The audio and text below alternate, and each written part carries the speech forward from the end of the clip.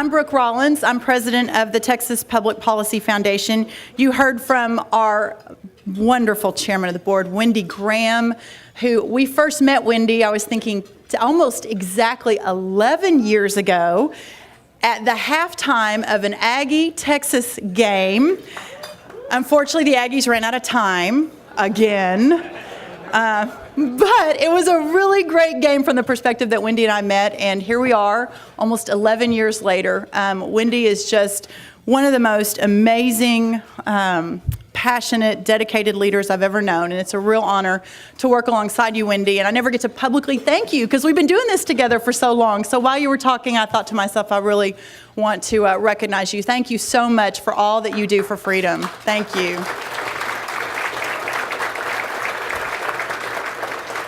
We also have another board member in attendance whom I haven't talked to but saw across the room. Ernie Angelo, where are you? There he is. Another indefatigable freedom defender is Ernest Angelo from Midland, Texas, who, yeah, round of applause. He's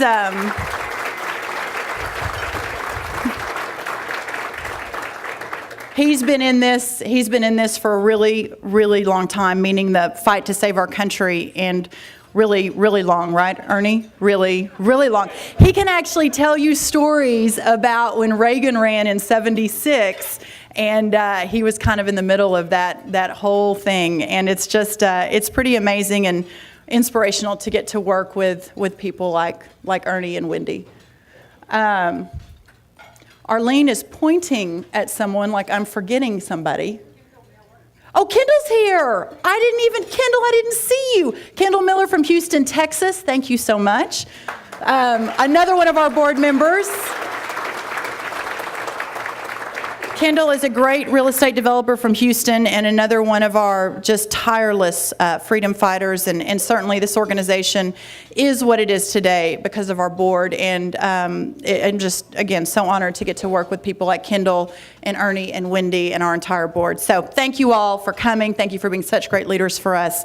I also want to say, in General Abbott, I haven't told you this yet, but this event sold out more quickly than any event that TPPF has ever done. And for all of you on our email list, you know our events typically do sell out, but it usually takes at least a day or two. This one took 3 hours. And I looked at Arlene and I said, what is going on? Is it the issue? Is it...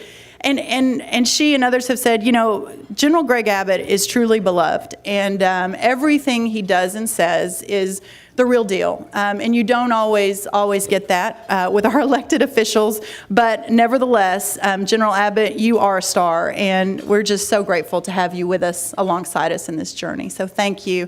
And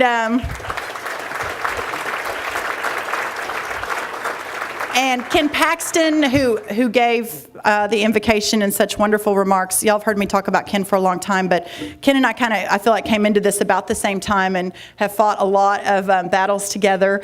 And people hear me say it, Ken Paxton is the best of the best of the best, and he will be such a great defender of liberty and freedom and everything that's important to keep Texas on the front edge and really to lead this country back to prosperity. So Ken, thank you for everything you've done too for us. You're just fantastic.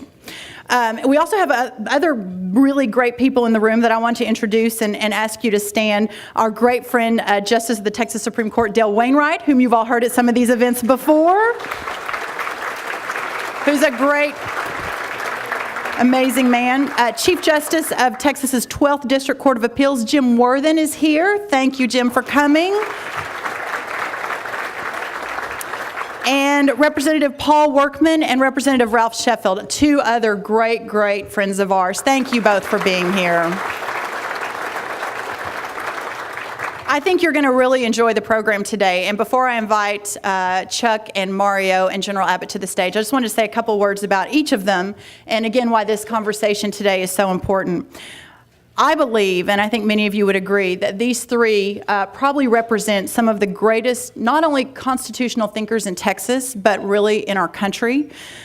You'll be hearing from them. They are some of the most distinguished and truly august fighters for life, liberty, and the pursuit of happiness in our very own Lone Star State. Our moderator, Chuck DeVore, is the Texas Public Policy Foundation's Vice President for Communications and a veteran of elected office in California. Many of you know that Chuck left California. He ran for the U.S. Senate there a couple years ago for Barbara Boxer's seat and became sort of a national conservative figure, and then decided that things were a lot brighter in the Lone Star State of Texas, and it was time to leave, which for someone who'd been in elected office there for so long was quite a decision to make, and we're so glad to have him at TPPF. Our panelist, Mario Loyola, is the Foundation's Director of the Center for 10th Amendment Studies. He's worked in the George W. Bush administration and also in the Department of Defense under Rumsfeld. Mario's been with us now for a couple of years, and I think back, and Mario can appreciate this, when a couple of us at TPPF, I think Wendy and Ernie were probably part of this conversation after Obamacare passed several years ago. I remember just wanting to truly pull my hair out and say, what is wrong with this country? What is happening? And why can't we do a better job of articulating how important states are and the 10th Amendment is to this fight? And then it occurred to us, why don't we launch a Center for 10th Amendment Studies? We were the first to do it in the country. We were really at the front end of the entire movement that enough is enough, and it is time for states to begin to push back. I called a great friend named Ted Cruz, our new junior U.S. Senator, who at the time was working at a very fancy law firm in Houston, making a lot of money, and asked him and said, I'm an attorney, but I'm a really bad one, so I'm probably not the right person to be able to think this through, but we really need help, and we need someone of your caliber, and he worked for General Abbott for so many years as Solicitor General, to step in. And I will always be so indebted to Ted Cruz because pro bono, non-lawyers speak, for free, for about 18 months, he worked many, many, many hours to help us launch the effort and to define what it was that was so important about this 10th Amendment work, that truly Washington can't fix itself. It is so broken. If we are going to have any chance of reclaiming this country, the solution has to come from the states, and that the 10th Amendment Center and the Texas Public Policy Foundation, alongside great people like General Abbott, would be the ones to do that. So Ted came on board. We hired Mario, who's just been an extraordinary addition, and you'll get to hear some of the, I think, the brilliance come forth when Mario joins us on the stage. He was an integral part of the amicus briefs that we filed during the last U.S. Supreme Court round, and we were although very disappointed in the decision, we saw a lot of Mario's work sort of intertwined with the decision that came out, especially on the positive part, which was that Washington cannot force Texas to take Medicaid dollars. And last but not least, there's our guest of honor, Texas Attorney General Greg Abbott. You all know him well. You know him as the man who gets up every morning wondering how he can sue the federal government.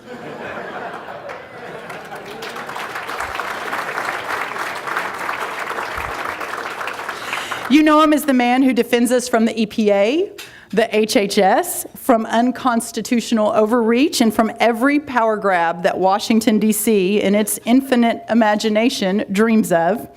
Last night, you may have noticed there was a little gathering in Charlotte, North Carolina, and a fellow by the name of Julian Castro had this to say. He said, "Now in Texas, we believe in the rugged individual. Texas may be the one place where people actually still have bootstraps, and we expect folks to pull themselves up by them." And I have to say, every word of that is actually true. But the reason it's true isn't because of anyone in Charlotte, North Carolina. It's because of men of character and leaders of principle like Greg Abbott, and really like every one of you gathered here now. We come together today because the things about Texas that are being praised in Charlotte are under threat from policies that are enthusiastically supported in Charlotte. And make no mistake, what threatens the best of Texas always threatens the best of America.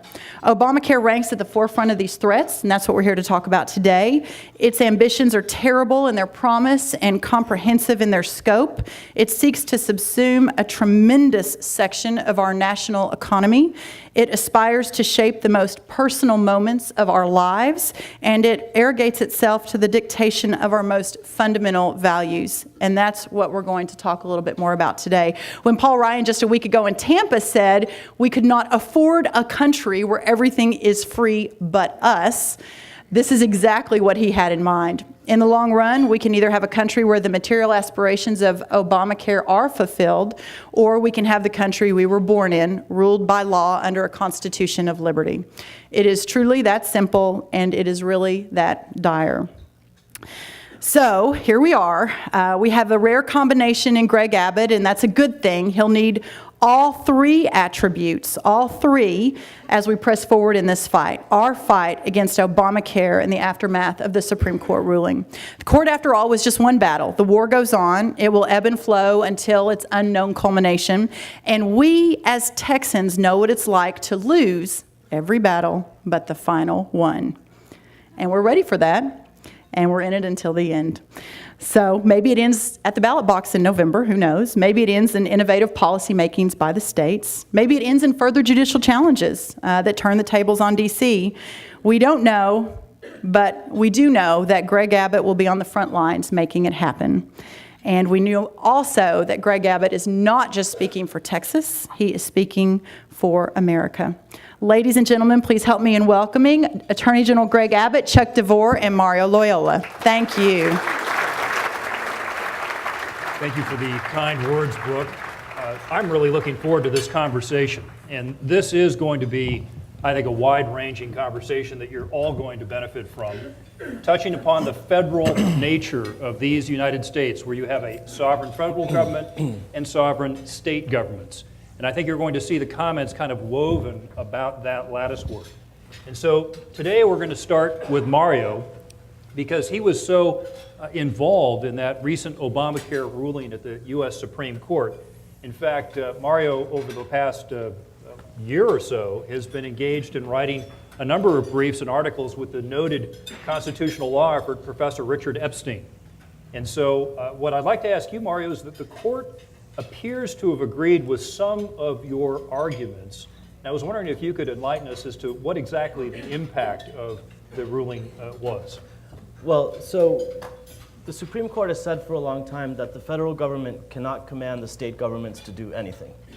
And that's a wonderful rule, but it has a very big exception, which is that the federal government can come up with assistance programs, financial assistance for the states, and it can make those assistance programs contingent on the states complying with, for example, 97 different requirements that a state's Medicaid program has to comply with in order to receive federal funds.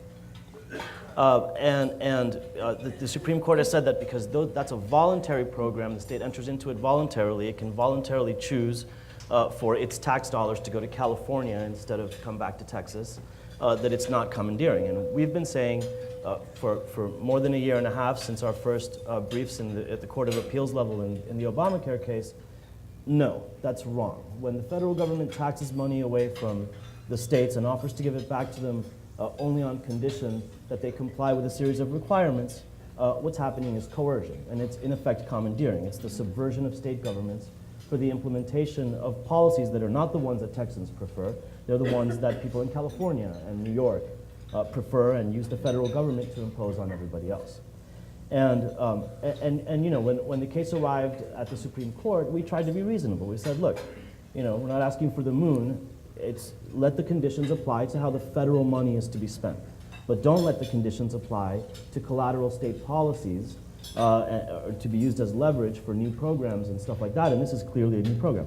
Well, I thought that was a valiant and noble argument that had about that much chance of succeeding. But actually, the Supreme Court generally sort of agreed. I mean, it said when the funds attaching to the existing Medicaid, when the conditions attaching to the existing Medicaid funds have to do with an entirely new program, and it called the Medicaid expansion in Obamacare a transformation, not just an amendment of the existing program, then what you have is, and it involves 20% of the average state's budget, then what you have is a gun to the head. That's coercion. That's impermissible. And so what we're doing now at the foundation is, those conditions, that cross-conditioning of different programs there are hundreds of federal assistance programs that have conditions like that. And so we have to see which of those are similar to the one that was struck down in Obamacare, And maybe there won't be many, maybe there will be lots. We have to take a very careful study, and it's going to be very time consuming, but it's worth it because the state might have just gained a lot of flexibility that it didn't know it had.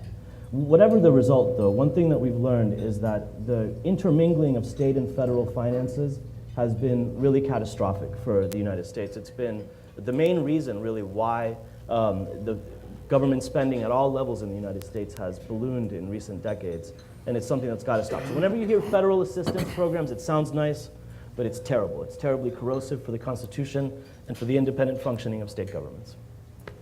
Attorney General Abbott, you were actually in the U.S. Supreme Court chambers when the ruling came down. Could you describe what that was like and what you were thinking of when this historic event happened? Let me give you an expansive answer to that question, but let me cover two preliminary grounds first. First, I want to applaud the TPPF for helping provide both muscle and intellectual might to our argument in the ObamaCare case, as well as so many of the other legal challenges that we are waging. If you go back in time to what generated the attorneys general from around the country getting involved in launching this lawsuit against ObamaCare in the first place, it generated from papers that were written by the Heritage Foundation, another intellectual think tank of conservative ideas based in Washington, D.C. As we got into it, however, we were propelled along the way because of writings, analysis that were provided by TPPF, as well as the amicus brief that you heard that was filed here. The state of Texas, and I can tell you the entire country, benefits because of the work that is generated by this foundation, and we appreciate it, Brooke, for you and your entire team. Second thing I'll tell you, and that is something that a lot of speakers don't tell you, and that is I would like you to get out your cell phone or your mobile device and add me to your Twitter account as one of your followers. Now, as you're getting your phones out, I'll tell you the benefit of doing so. As you mentioned, I was at the Supreme Court when the decision was rendered. I was also at the United States Supreme Court for all 3 days of the oral argument that was made. Had you been one of my followers at that time, you would have gotten a play-by-play update of what was going on in the United States Supreme Court, and you would have been able to better predict what the eventual outcome would be. So I know what you're thinking. Well, General Abbott, I'd like to follow you, but what is your handle? What is your address on Twitter? It's Greg Abbott _TX. That's GREGABBOTT_TX for Texas. Also, had you been following me, you would have known before the media had known what the decision was and what our appellate decision was going to be with regard to the voter ID case. You can learn all kinds of things about what's going on with regard to challenges if you follow Greg Abbott _TX. But now for the more expansive answer. We got to understand where we've been and where we are as a result of what was announced when I was in the United States Supreme Court. Remember this, when we filed this lawsuit, we were considered to be a renegade group of 13 state attorneys general, highly ridiculed by Nancy Pelosi, by Harry Reid, by all the foundational leaders in Washington, D.C., who asked the question, what authority do state attorneys general have to file a lawsuit against the federal government for something like health care? And of course, their ridicule was heaped upon by law professors around the country, by political pundits, by the media, all of whom scoffed at the notion that some state officials can try to bring down a complete overhaul of our healthcare system. Well, that renegade group of 13 state attorneys general soon expanded into 26 states, more than half of the country, suing the country that tries to regulate them. And as we headed toward trial, we were still ridiculed. But the ridicule faded when a federal district judge ruled in our favor and struck down ObamaCare. And then the ridicule turned into great concern and hand-wringing when a federal court of appeals upheld that decision. And then it got even worse for the critics when during the course of the oral arguments that lasted 3 days, it was described by Mr. Tobin on CNN for the Obama administration as a train wreck. And then on day 3, it went from being a train wreck to a plane crash. This was an argument and a decision that was monumental in the history of the United States Supreme Court. But let's talk about where we are based upon what happened in that decision that I attended when the court read it. I consider it to be somewhat like a comment that Brooke made in her introductory comments, and I'm not sure, Brooke, if this is what you're referring to. I think it may be. Brooke said that we Texans are accustomed to facing a loss, but coming back and persevering until we achieve victory. You could use that as a way of describing what happened at the Battle of the Alamo, which is what you were referring to. And I bring up that comparison because I view this somewhat like the Battle of the Alamo. It was a catastrophic loss for the United States and for individual liberty. And I believe that if the ruling stands, it will be an albatross around the necks of individuals in the country for decades to come. However, like the Battle of the Alamo, it gave rise to a battle cry that may lead to an ultimate victory at war. The battle cry here is, remember Obamacare. I have been at rallies across the country and across the state. And you can see in presentation after presentation, there is one line that resonates more and gets more positive reaction than any other line. And that is, repeal Obamacare. And the reason why I bring that up, and that's because on that day that I was in the courtroom, there were 9 justices who cast their vote that day. That vote, however, is not the final vote. The final vote on this is going to take place about 60 days from now, when the American people vote. Because you've heard Mitt Romney campaign and Paul Ryan campaign their promise, and that is that if they are elected, they will repeal and replace Obamacare. That can be done very easily because now that Obamacare, as we have learned, is the Obama tax, it doesn't take 60 votes in the U.S. Senate in order to get it passed through that chamber. It's going to take 51 votes. If Mitt Romney wins, it should mean that there will be a majority of Republicans also in the United States Senate. It will pass there, it will pass in the U.S. House, and Mitt Romney will sign it, repealing and overturning Obamacare. But there are other ways in which this is also a remember the Alamo type moment, because there are other battles that have been won in the war against Obamacare. And those battles are some lines you need to better understand about what the opinion says. Remember the very last line of the opinion issued by the majority in Obamacare, and that is that the Court of Appeals decision is affirmed in part and reversed in part. The key phrase here is the part that was affirmed. Even though we ultimately lost and Obamacare was upheld because Chief Justice Roberts decided that Obamacare was a tax, and Congress clearly has the authority to tax and spend, there were lines drawn in this opinion that look like a Tea Party manifesto. If you look at what the court said about the Commerce Clause, this is a battle that has been waged for the better part of an entire century, with the results constantly going one way, in favor of expanding the ability of the federal government to regulate through the power of the Commerce Clause. This was the first meaningful reining in of the Commerce Clause by the United States Supreme Court.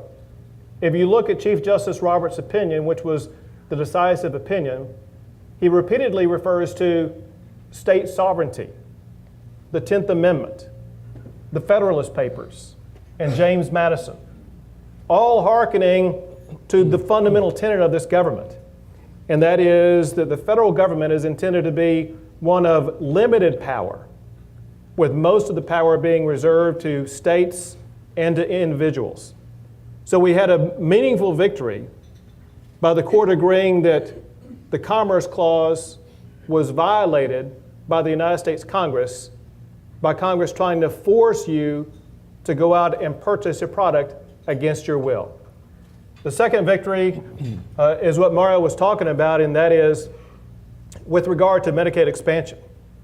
This is the biggest win for state sovereignty, maybe in the history of the U.S. Supreme Court, certainly I think in the last century, where the United States Supreme Court clearly said that states are separate sovereign entities that have the independent power to govern themselves, and that the federal government cannot co-opt states to help achieve the federal government regulate its people.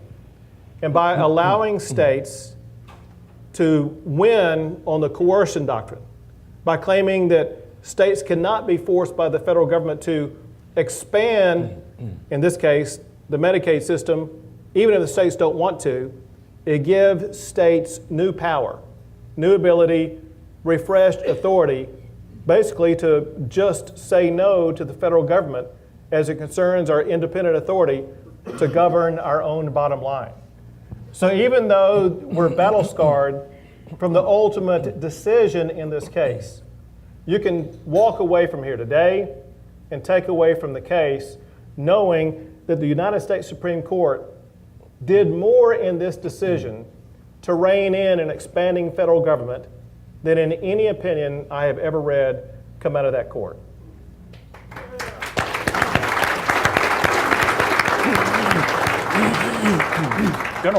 General Abbott, maybe you can expand on that theme. You've been pretty active of late in the courtroom defending the prerogatives of Texas with regards to the Environmental Protection Agency and rules regarding air pollution, et cetera.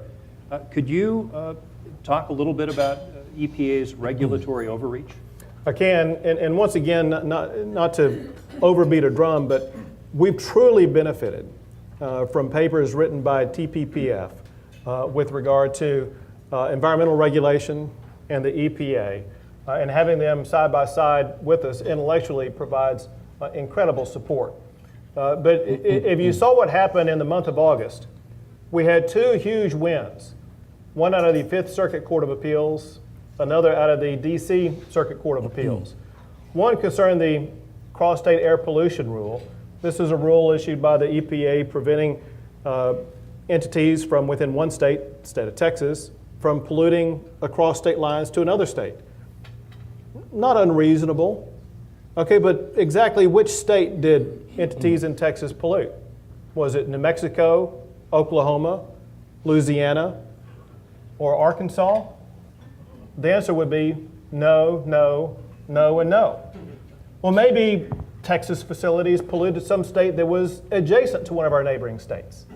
Again, the answer would be no. What the EPA concluded is that somehow entities in Texas were polluting the poor citizens of Granite City, Illinois. And Might pollute them. yeah. And how the EPA was able to pull that out of the hat, we have no idea, nor does the Court of Appeals. They agreed that the EPA had acted irrationally and had abused its power and authority and struck down that rule and regulation. The other one that we won on was called the Flexible Permits Rule. This is a rule that was created under the Ann Richards administration here in Austin. It survived the Clinton-Gore administration, lived on through the Bush administration in Washington, D.C., and only under the current administration did they decide, well, listen, that flex permit system the good folks down in Texas are doing, we just don't like that anymore. And so they struck it down.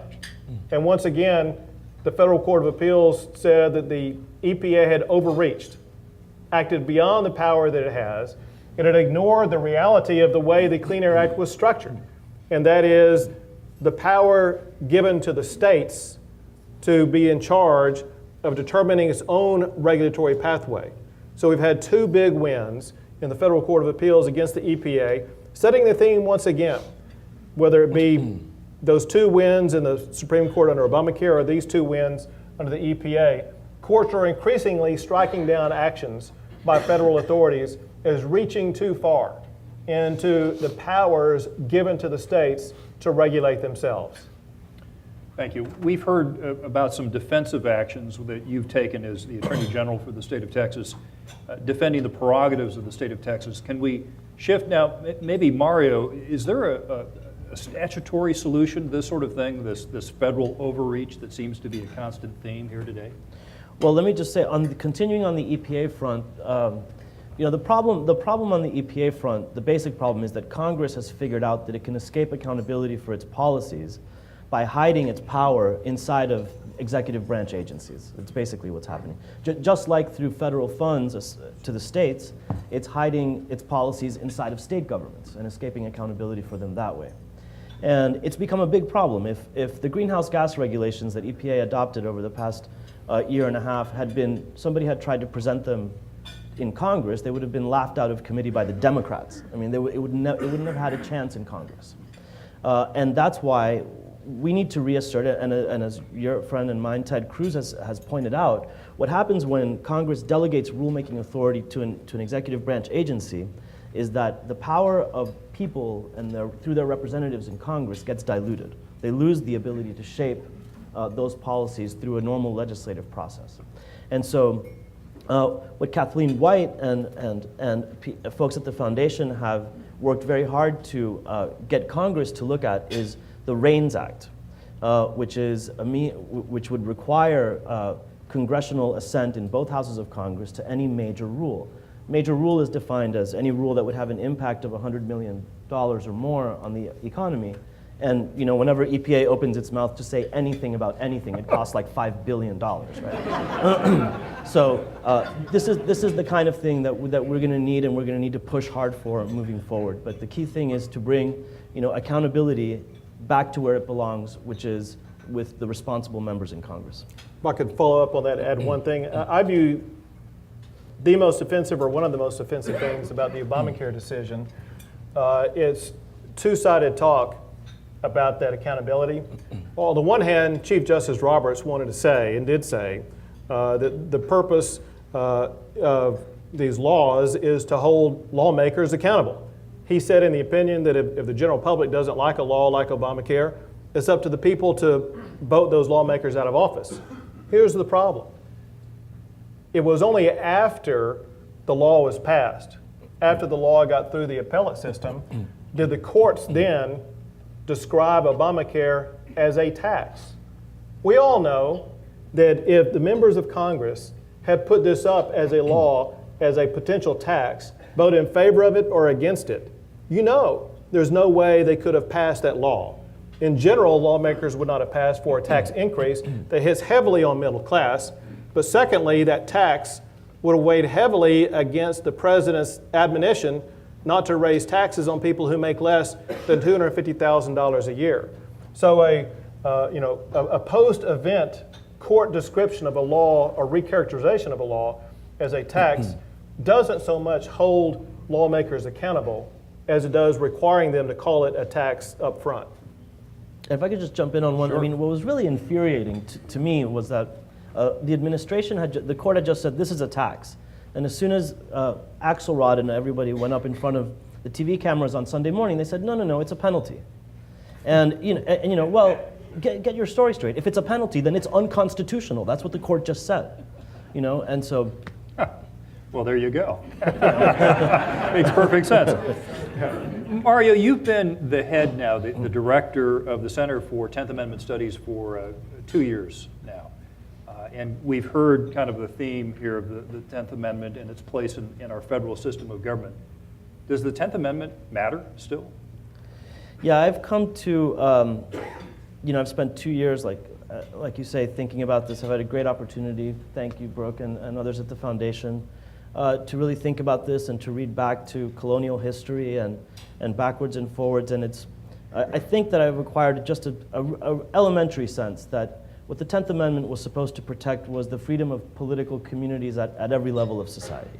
It wasn't just, it talks about states and it talks about individuals and how the powers not delegated to the federal government are reserved to those, as the case may be. But in reality, it was talking about the things that Yuval Levin talks about in a recent issue of National Review, which is all of the civil society in between the individual and the federal government that the Constitution was meant to protect and give voice to. The idea of the Constitution, of the federalism in the Constitution, is let the national government deal with national stuff and let local communities deal with local stuff. And when the New Deal first arose, one of my favorite writers, Walter Lippmann, had been a supporter of Franklin Roosevelt, became very critical of the Roosevelt administration and started talking about how, you, Mr. President, criticized demagogic dictators in Berlin and Rome. This is during the 1930s, obviously. But then you are propounding a government based on the tyranny of transient national majorities. And that's, an arcane-sounding phrase, but when you think more and more about Obamacare, and too bad they don't make Walter Lippmann's anymore. Now we have to Thomas Friedman. It's not the same thing.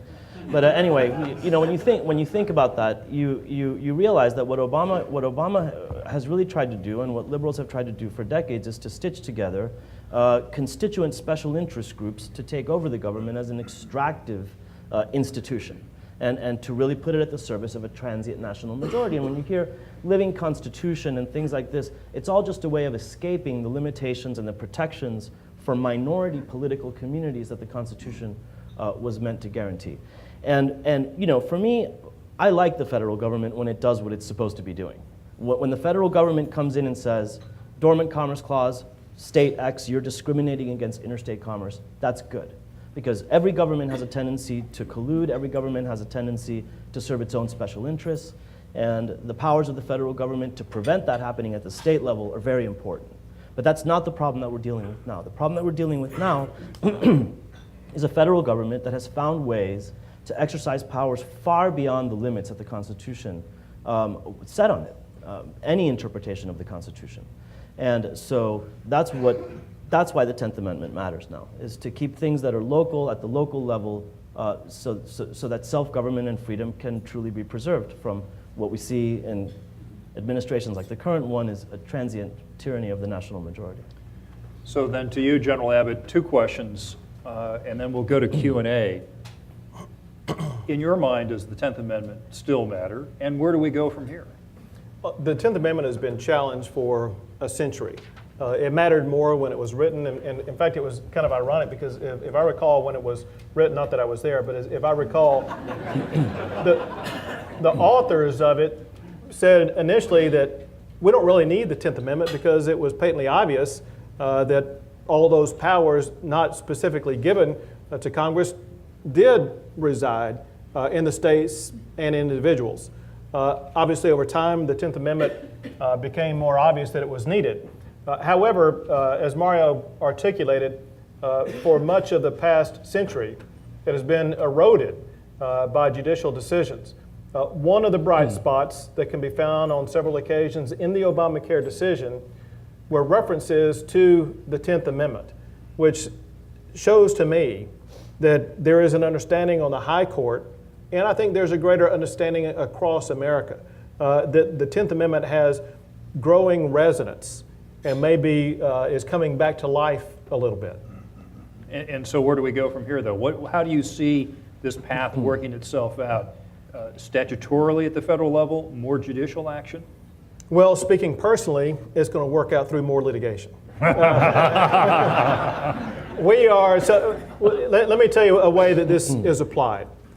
You obviously know, because we told you, that we won in Obamacare on the issue that Congress violated the Commerce Clause by trying to impose the individual mandate.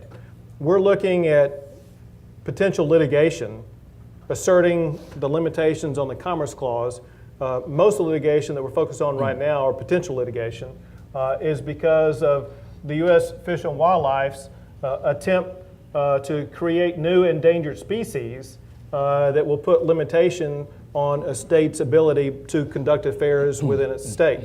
We believe, for example, with regard to the lizard in West Texas, we were geared up to file a Commerce Clause claim against the U.S. Fish and Wildlife on that one. There are some new attempts by the U.S. Fish and Wildlife to declare certain species as protected that may give rise to further litigation.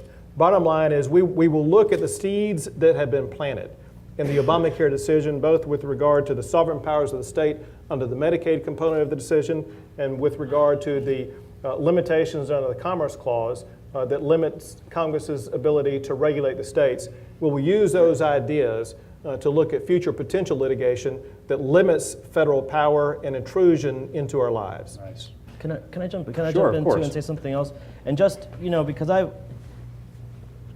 was raised in a military family, and the people who raised me are very practical people, and I've never given a lot. Growing up, I didn't give a lot of weight to academic theories and stuff like that. But I've got to say, in the 1980s, Richard Epstein really was the only person saying that Wickard versus Filburn was not only wrongly decided, but a preposterous decision. And 10 years later, law professors and law students all over the country were saying it. And then a Supreme Court Justice, Clarence Thomas, said it in a dissenting opinion, in a concurring opinion in the Lopez case. And now, in a new book by Justice Scalia, by the way, has sort of concurred with judgments that reaffirmed Wickard versus Filburn over time many times. And in the preface of his book, he says, "For some of us, wisdom has been long in coming." So even Rehnquist, justices like Rehnquist and Scalia have taken a long time to understand that these doctrines, South Dakota versus Dole on the conditional spending front, Wickard versus Filburn in the Commerce Powers case, are not workable. They're not compatible with constitutional government. They can't work at all. The attempts to try to make them work only sinks a deeper hole. And so it's very important to be out there with law. The Central Front really is law review articles. It really is the war of ideas, where you're coming out and convincing people and convincing a new generation of lawyers and futures attorneys general to look at these cases and realize that we have to fix these doctrines, otherwise they're going to hang like millstones around our neck forever. All right, we have about 7 minutes for questions, and in the audience we have, well, I was going to say interns, but it looks like we have an actual employee of the foundation here with a microphone. I was going to say a word about our interns. We typically have a tranche of about 3 different crops of interns that come through, and it's delightful to have them. And so if you want to ask a question, please raise your hand so that I can recognize you. And let's go over here in the front, because my peripheral vision caught you first, sir. So please tell us, to whom are you addressing your question? And let's hear more of our speakers. Thank you, I appreciate that. This is for General Abbott. Sir, should the worst case scenario happen and Mr. Obama is reelected, the subject is nullification. Nullification of Obamacare here in Texas, is that an option? And if so, how good an option? Can we nullify it here in Texas? Our focus is on waging legal challenges against it. You may know, may not know, we already have another lawsuit that was filed earlier this year challenging a part of Obamacare. Another part of Obamacare is that the only person who was right about it all along was Nancy Pelosi, who said they had to pass Obamacare to find out what was in it. And what she really means and what we're finding is that there are these new regulations that are issued typically by the Health and Human Services Department that really give you the details of what the Obamacare regulations are. As those arise, they will give rise to additional litigation where we challenge Obamacare through the court system. Great. I think I saw a hand over here that was prominent. This is for General Abbott. With respect to the redistricting case, do you think there's any chance that the Section 5 of the Voting Rights Act can be a part of the court's decision? Mm-hmm. On the redistricting case, remember this. The last time we got a court decision on redistricting was last November. A month later, we appealed it to the United States Supreme Court, and a month after that, we did something that's hard to do these days. We got a unanimous decision out of the United States Supreme Court overturning the lower court's decision on redistricting. And so we had the unique ability to bring together Chief Justice Roberts, Scalia, Thomas, Sotomayor, and Kagan all in one.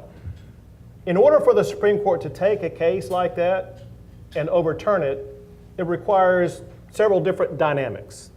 One of which is to have a lower court decision that is extreme, that goes beyond the pale, that truly violates the law and precedent. We think that the decision that was issued last week in redistricting satisfies all those criteria. Let me give you several quick examples.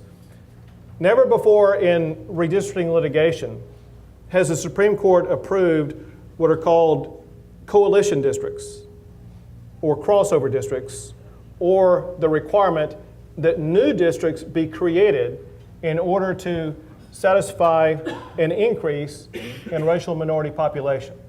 Those three reasons alone, there's more, but those three reasons alone mean that what this court decided is completely unprecedented, goes beyond what the U.S. Supreme Court requires, and as a result, I think the Supreme Court should overturn what this court has done.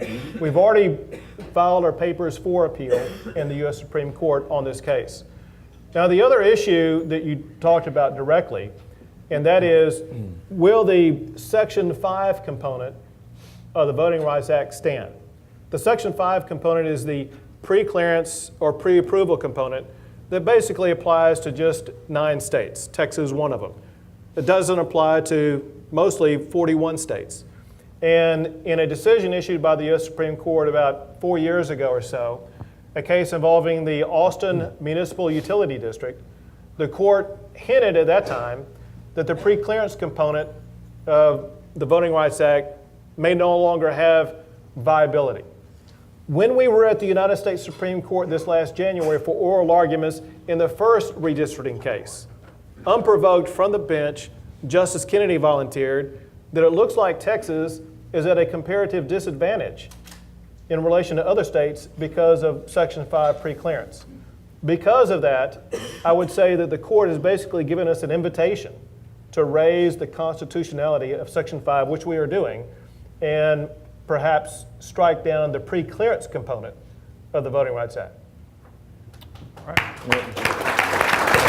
Thank you very much. Thank you very much, General Abbott, Mario Loyola.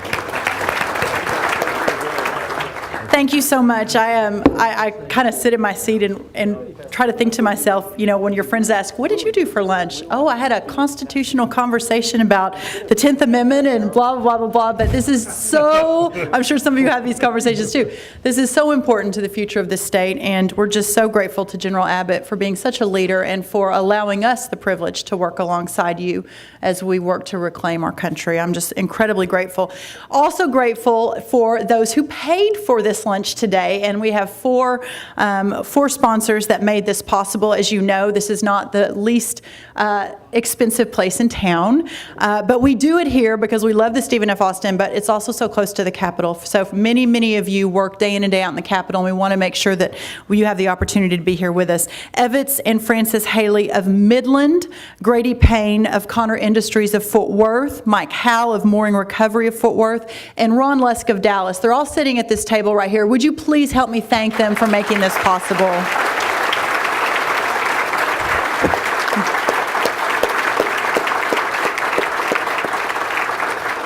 You know, I think this is such a great list. We have almost 2,000 supporters basically from across the state and across the nation that make this possible, this work possible. We have 30 plus employees, a $5 million budget, and we've certainly grown through the years. Those of you have seen us grow a lot. But I love that we have small businessmen sponsoring this lunch today from Midland, Fort Worth, and Dallas. And really they are, as we know, the backbone of our economy and the entrepreneurship that we have to preserve to continue the great work and continue moving Texas forward. So thank you all very much for making this possible today.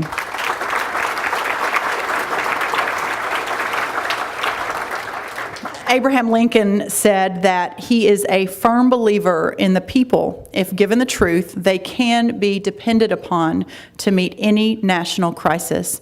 The great point is to bring them the real facts. That's what Lincoln said. And I think that couldn't be more true of today. And what we're continuing to try to do is to make sure that the American people and certainly Texans understand what's at stake and what we have to do to continue to move forward and to reclaim this great country, the greatest country in the history of the world. So thank you all, whether you're a legislator or a staffer or you're a supporter or you're just an interested citizen, thank you for taking the time to be with us today. It makes all the difference. Have a great day. Bye-bye.